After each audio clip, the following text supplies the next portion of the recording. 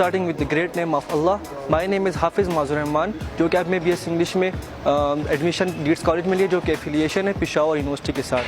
Dear viewers, my name is Farhan Kalim. I am the student of BS English in LEEDS College. تو جتنے بھی students ہیں جنہوں نے فریش FSC کیا ہے اور فرسٹ ٹائم ٹیچنگ کرے تو ان کے لیے یہ میرا ایک اوپینین ہے کہ آئے اور یہاں پر ایڈمیشن لے لے سیکنڈ ٹائم BS انگلش میں. فیزیبل ایک اماؤنٹ کے اندر وہ ایک اچھی ڈگری اور ایک اچھے ماحول کے اندر ان کو مل سکتی ہے.